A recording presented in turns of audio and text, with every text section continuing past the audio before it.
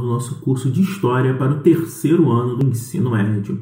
E na aula de hoje a gente vai falar sobre o processo de descolonização da Ásia.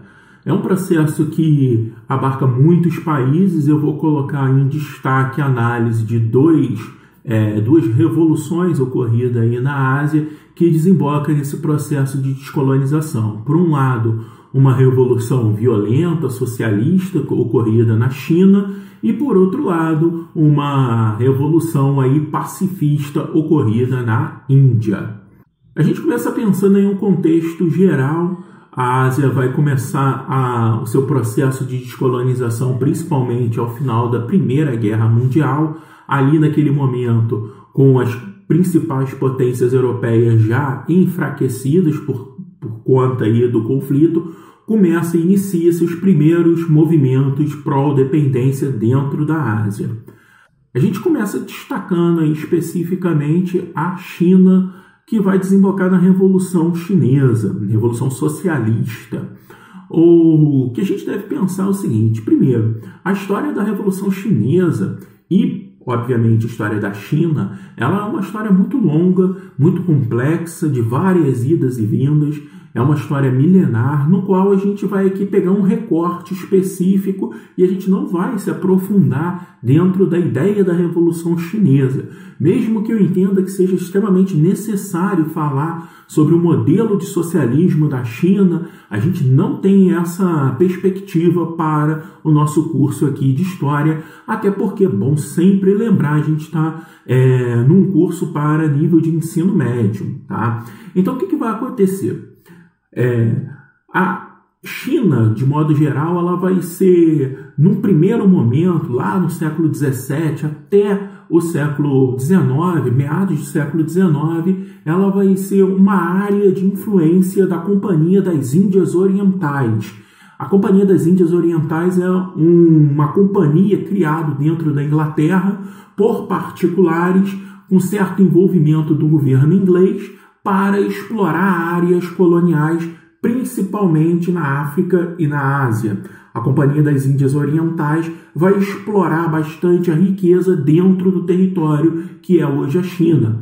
De certa forma, a China vai receber a Companhia das Índias Orientais e vai permitir essa exploração, muito por conta do próprio modelo de império chinês, que vai aceitar a intervenção estrangeira, pensando na lucratividade que eles vão ter com a exploração de um grupo estrangeiro dentro do seu próprio país. Isso, claro, vai gerar um descontentamento muito grande por parte da população.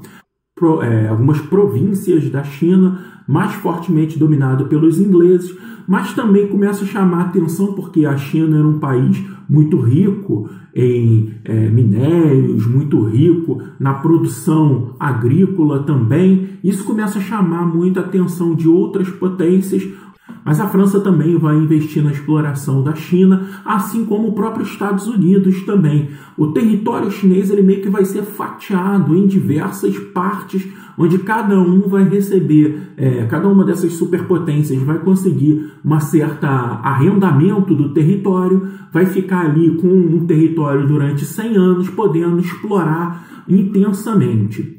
O que nos interessa é que já no iníciozinho do século XX, a China vai conseguir a sua independência de fato. O Partido Nacionalista vai ganhar muita força. O Partido Nacionalista chamava Kuomintang, e ao ganhar essa força toda, ele consegue promover a independência.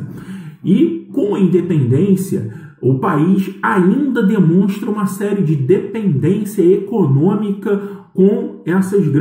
para essas grandes potências, principalmente com os ingleses.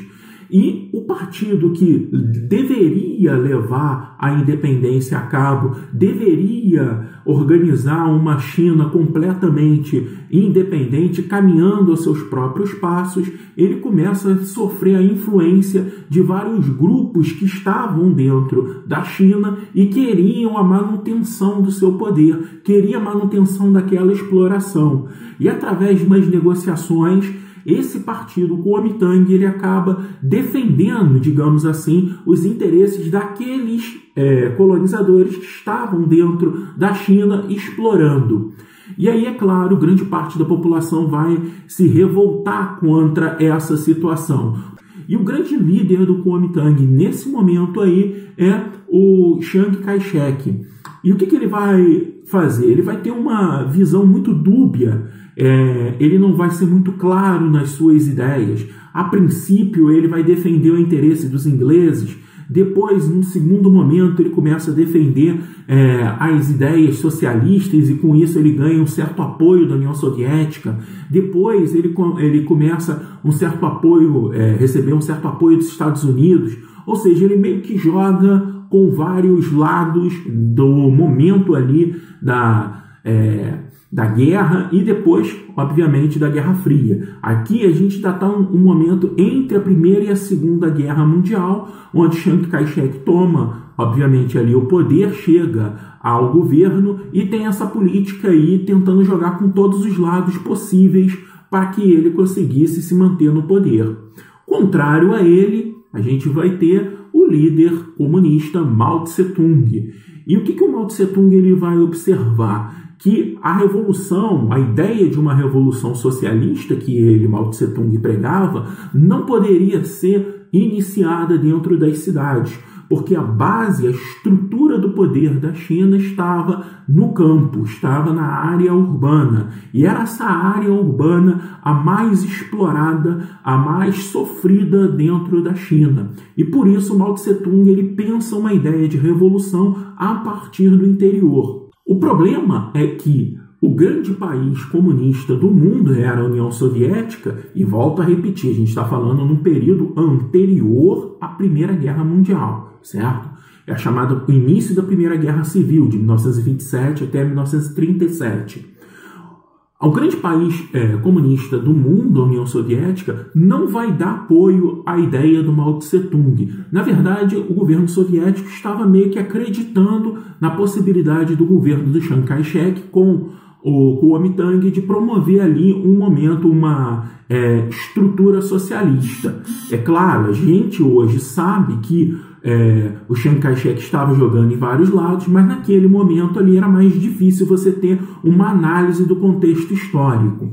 Seja lá como for, o Mao Tse-tung meio que começa a se organizar independente mesmo da União Soviética ou do apoio dos comunistas da União Soviética, e ele, Mao Tse-tung, organiza a chamada Grande Marcha, que vai mais ou menos da região sul da China, e a gente deve lembrar que a China é um país gigantesco em expansão territorial, ele vai do sul da China até o norte. É uma chamada Grande Marcha, onde ele vai deslocar um exército de mais de 100 mil soldados ao todo. Nesse deslocamento ele vai levando as ideias socialistas e também as ideias contrárias à dominação estrangeira dentro da China. Ideias essas que obviamente vai ganhando muita força da população do campo, que vai apoiar esse movimento aí liderado pelo Mao Tse-tung.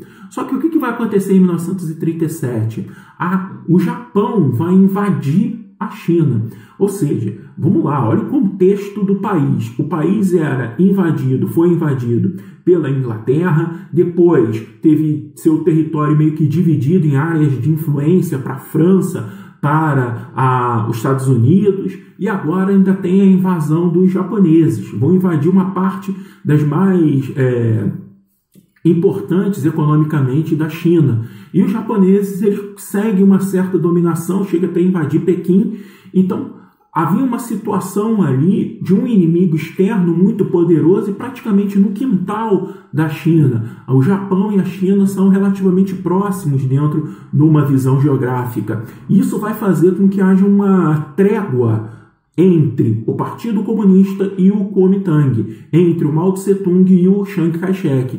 Essa trégua vai fazer com que os dois vão lutar contra um inimigo comum, que seria o Japão. Ali tem a Guerra Civil, que é interrompida pela invasão japonesa à Manchúria, o exemplo ali dos soldados japoneses. soldados japoneses que vinham com uma tecnologia bélica e um treinamento militar muito mais intenso do que os chineses. Mesmo o pessoal do Partido Comunista que estava ali travando uma guerra civil, eles não vão ter o equipamento para lutar contra os japoneses. De certa forma, uma facilidade por conta do Japão em invadir a China, até que ocorre o final da Segunda Guerra Mundial. E a gente sabe, a gente já viu aqui, que a Segunda Guerra Mundial termina com o lançamento por parte dos Estados Unidos de 2 bombas nucleares, uma em Hiroshima e outra em Nagasaki, forçando a rendição aí do Japão. O Japão completamente derrotado, obviamente ele sai da China, a China tem a possibilidade do retorno aí das suas disputas entre o Partido Comunista e o Kuomintang. E essas disputas vão seguir. É interessante a gente destacar que mesmo após a Segunda Guerra Mundial, ainda assim havia um certo temor por parte da União Soviética em apoiar as ideias do Mao Tse-tung. E, de fato, a União Soviética não vai apoiar, não vai dar nenhum apoio ao Mao Tse-tung. Na verdade, o próprio Chiang Kai-shek vai receber um certo apoio dos Estados Unidos quando ele se aproxima com a ideologia norte-americana, capitalista e tudo mais, com interesse aí, obviamente, militar em derrotar os comunistas. Então, o Chiang Kai-shek recebe esse aporte militar por parte dos Estados Unidos, contrário a ele está o Mao Tse-tung no interior do país. E é nesse interior que ele consegue promover a revolução. Aos poucos, o Mao Tse-tung vai tendo vitórias significativas até o término da Revolução, em 1949, onde ele vai vencer a Guerra Civil e se tornar o grande líder comunista da China. É claro, uma vez terminada aí a Revolução, uma vez a China se tornando um país socialista, é claro que a União Soviética vai querer se alinhar. O alinhamento da China e da União Soviética nunca vai ser muito próximo, vai ter momentos de maior proximidade e momentos de maior distanciamento. No momento em que o Stalin ainda estava liderando a União Soviética, há ainda uma pequena possibilidade. Depois, com o governo do Nikita Khrushchev, há um distanciamento entre os países, principalmente com a Revolução Cultural na China. E, claro, aí depois da própria morte do Mao Tse-tung, o Deng Xiaoping ele faz também uma certa proximidade aí com a União Soviética, mas eles nunca vão ser países muito próximos, certo? A ideia é que a gente consiga perceber que esse processo de retirada do poder estrangeiro dentro da China, ele vai ser um processo revolucionário, à custa, obviamente, de milhares de mortos, numa revolução de cunho socialista. Mais uma vez, não é objetivo nosso aqui fazer um juízo de valor se esses países são bons, são ruins, se está certo, se está errado. Isso aí não cabe a esse momento aqui da história. Há um momento aqui de narrativa, mostrar qual é a narrativa de desocupação dos europeus lá no continente asiático. Um outro modelo de revolução vai ser um modelo de revolução pacifista da Índia. Porque não necessariamente a revolução ela se faz através da força das armas. Pensando aí mais uma vez a Índia. É um país, desde a sua, configuração, formação, vai ser um país dividido numa luta muito sangrenta entre hindus e muçulmanos. A gente está falando aí da segunda e terceira maior religião do planeta. A gente tem a maior religião do planeta é o cristianismo em número de adeptos e depois os muçulmanos e os hindus. Vale só destacar que o hinduísmo, na verdade, é uma organização religiosa no qual você tem várias religiões diferentes que se configuram com a ideia de hinduísmo. A grossíssimo modo, só para que a gente possa ter uma ideia bem superficial da coisa, é como se você pensasse assim, o cristianismo. O cristianismo não é uma religião específica, ele tem por base Jesus Cristo, mas você tem a Igreja Católica, as centenas de igrejas evangélicas, os católicos ortodoxos e por aí vai. Então o hinduísmo também tem essa característica, ela engloba uma série de religiões que estão, de certa forma, ligadas ao hinduísmo através da leitura do sânscrito, que é a leitura sagrada do povo hindu. Seja lá como for, essa disputa é uma disputa muito sangrenta dentro do território indiano, e esse é um território que vai também ser colonizado, assim como a China também vai ser colonizado pela Companhia das Índias Orientais até ali em 1858, e depois vai ser colonizado pela Inglaterra no século XX, até o século XX. E aí sim a Inglaterra vai fazer da Índia uma colônia de fato, tal qual ela fez com a África do Sul, com vários outros locais. No caso, a China, ela manteve uma certa independência, tinha ali o seu imperador, que, na verdade, no caso da China, ele era um imperador, mas que ele aceitava todas as influências de vários países estrangeiros dentro do seu território. A Índia é um pouquinho diferente. A Índia vai ser um protetorado inglês, uma área colonial inglesa, e é só a Inglaterra, a princípio, que vai explorar a região, e eles têm que aceitar tudo, inclusive a compra de todos os produtos que os ingleses empurram e a organização de uma economia tal qual os ingleses estão estabelecendo dentro da Índia. Ou seja, eles não têm autonomia praticamente nenhuma dentro da Índia. E aí vai começar um movimento pacifista organizado pelo líder, o grande líder Mohandas Gandhi, ou Mahatma Gandhi. Mahatma é digamos assim, como se fosse uma atribuição, um apelido, digamos, para o Gandhi, significa grande alma. O próprio Gandhi ele não gostava dessa definição, ele era uma pessoa extremamente humilde. Ele vai organizar um movimento de independência junto com o Nehru, o Nehru já era um líder mais voltado para a política, também tinha uma orientação socialista, mas o que o Gandhi ele vai fazer? Ele vai pensar o seguinte: olha, vamos promover a desobediência civil, não vamos comprar os produtos ingleses, não vamos aceitar fazer o jogo que a Inglaterra tem feito aqui de dominação. Então, em vez de a gente pegar em armas, partir para uma luta, violência, nós vamos simplesmente desobedecer. De onde ele tira essa ideia? O Gandhi ele vai passar um bom tempo da sua vida, se eu não me engano, em torno aí de quase 20 anos, na África do Sul, coisa que a gente já estudou. O Gandhi via como é que funcionava o regime, principalmente do apartheid na África do Sul, daquela segregação, e ele ali vai desenvolver a ideia de desobediência civil que vai colocar em prática na Índia. E o Gandhi ele vai ser um personagem muito idolatrado dentro da Índia, seja por muçulmanos, seja por hindus.